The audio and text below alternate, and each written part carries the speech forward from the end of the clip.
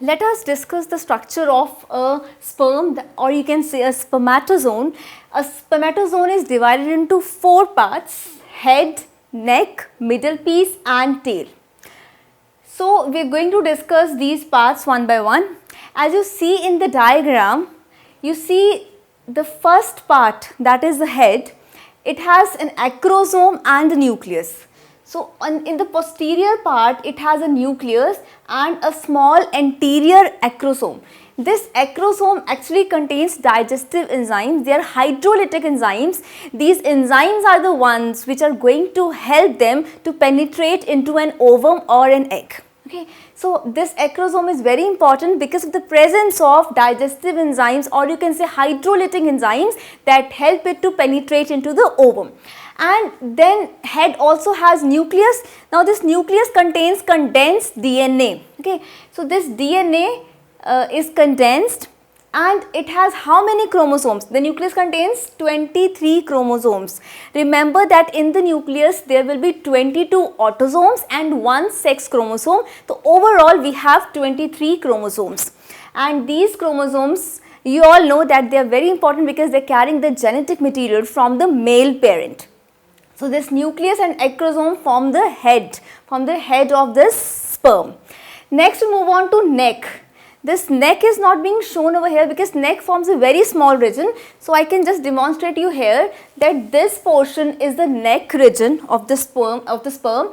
What does this neck region contains? It contains 2 centrioles. Okay, these 2 centrioles are very important in the sense, the first centriole, it is going to help in the first cleavage. When we have zygote, we have fertilized egg, the first cleavage is due to this one of these 2 centrioles, and the second centriole is going to help in the formation of an axial filament.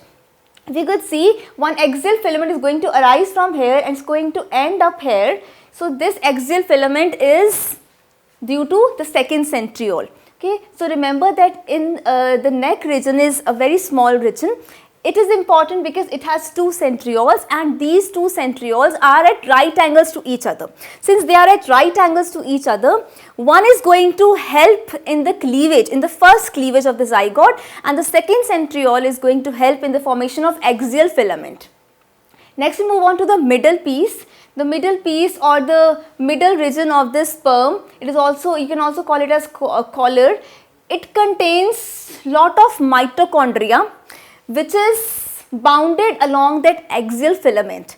Now the role of this mitochondria is to generate ATP, to generate energy. Why a sperm needs energy? A sperm needs energy because when it has to pass through the female genital tract and reach the ovum, it is motile. So when it has to move, it needs ATP, that is energy, and this mitochondria provides energy to the sperm. Okay. And remember that this energy is very limited. If a sperm is not able to fuse or to reach the ovum within 24 to 48 hours, this is going to die because of lack of energy.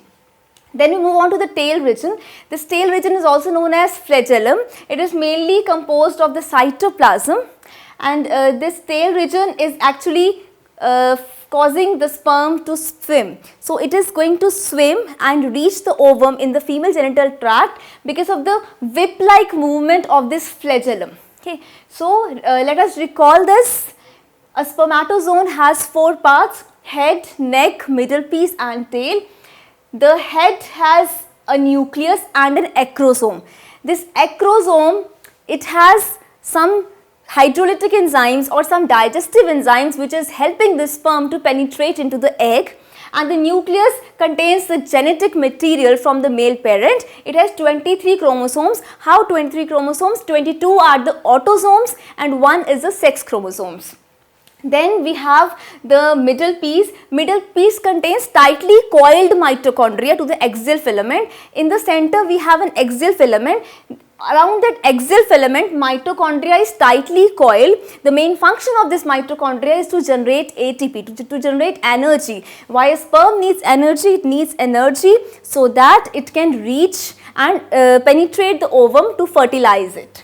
Next region is the tail part. This tail is mainly composed of cytoplasm, and sometimes what happens, generally in human, in the mammals, the axial filament is going to be free after this flagellum. So I can draw it like this. If here we have an axial filament, then this is going to be in the entire tail region. Sometimes it ends up free like this. Okay, so around this axial filament, as I told you, in the middle piece we have mitochondria.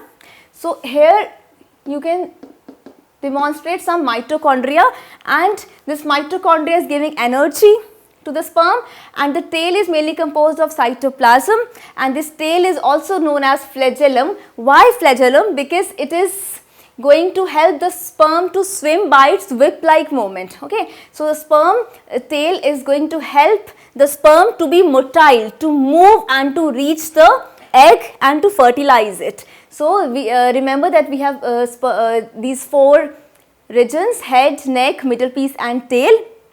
In the head we have nucleus and agrosome, in the neck we have 2 centrioles, in the middle piece we have mitochondria which is tightly coiled, and the tail is entirely composed of cytoplasm. It is just going to help the sperm to swim.